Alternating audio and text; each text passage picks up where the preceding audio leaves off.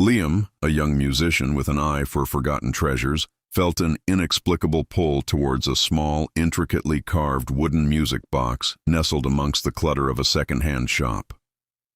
Dust motes danced in the slivers of sunlight piercing the shop's gloom as he ran his fingers over the detailed carvings. With a gentle click, he lifted the dusty lid, his breath catching in his throat as he peered inside, unaware that he was opening a door to something far older and more patient than he could ever imagine. The air in the shop seemed to grow still, holding its breath in anticipation of the song that had long been silent. Back in the quiet solitude of his dimly lit apartment, the city's hum a distant murmur, Liam carefully wound the small key. A melody, hauntingly beautiful and achingly sad, began to unspool into the room.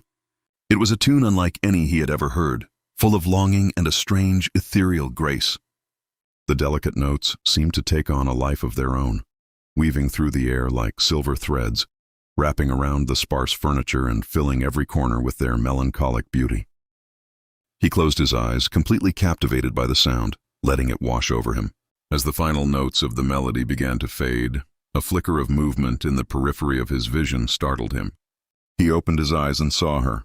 In the corner of the room, a translucent, ghostly ballerina materialized, her form as ethereal as smoke. She was barely visible, a shimmering outline against the shadows, her posture one of timeless elegance and sorrow. Liam stared, his heart pounding in his chest, a mixture of fear and profound wonder coursing through him as the spectral dancer held her pose, a silent performer for an audience of one. An obsession took root. Every night as darkness fell over the city, Liam would wind the music box. The haunting melody became the soundtrack to his life, a constant, beautiful companion. But with each playing, a subtle, insidious change occurred. A montage of sleepless nights played out. Liam grew increasingly gaunt and pale, dark circles forming under his eyes like bruises. Conversely, the ballerina's ghostly figure became more solid, her features more defined, her presence more tangible with each repetition of the song that bound them together. Driven by his musician's instincts, he tried to capture the ethereal tune, to preserve its unearthly beauty forever. He set up his professional recording equipment, positioning the microphone to perfectly catch every delicate note. Yet when he played back the recording, his speakers emitted only a harsh, frustrating static, a digital scream where the beautiful melody should have been. He slammed his fist on the desk in frustration, and as he looked at his useless equipment, he saw the ballerina standing directly behind him in the reflection of his monitor, her head tilted with an expression of unnerving curiosity. One fateful night, the ritual changed. The ballerina did not remain in the corner. As the melody played, it sounded distorted, its beauty twisted into something sinister and menacing.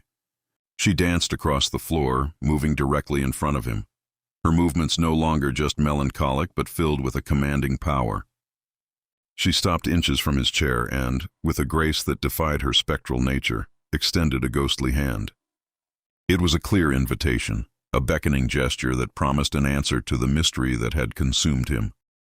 With a trembling hand, Liam reached out, his desire to understand overpowering his instinct to flee. He had to know, had to feel, had to connect with the source of the beautiful, terrible music.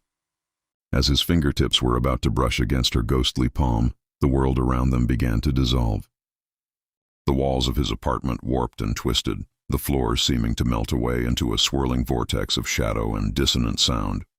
The very fabric of his reality unraveled in a dramatic, silent explosion of chaos. The final scene settles on the quiet, empty apartment, bathed in the soft light of a new morning. The music box sits closed on the small table, an innocent-looking object once more. But from within its wooden confines, faintly, the hauntingly beautiful melody can still be heard, playing on an endless loop. And on the lid, where there was once only a single carved ballerina, a new figure has appeared. It is a tiny, exquisitely detailed carving of a trapped male figure, his hands pressed against an invisible barrier, forever joined in a silent, wooden dance with his spectral partner.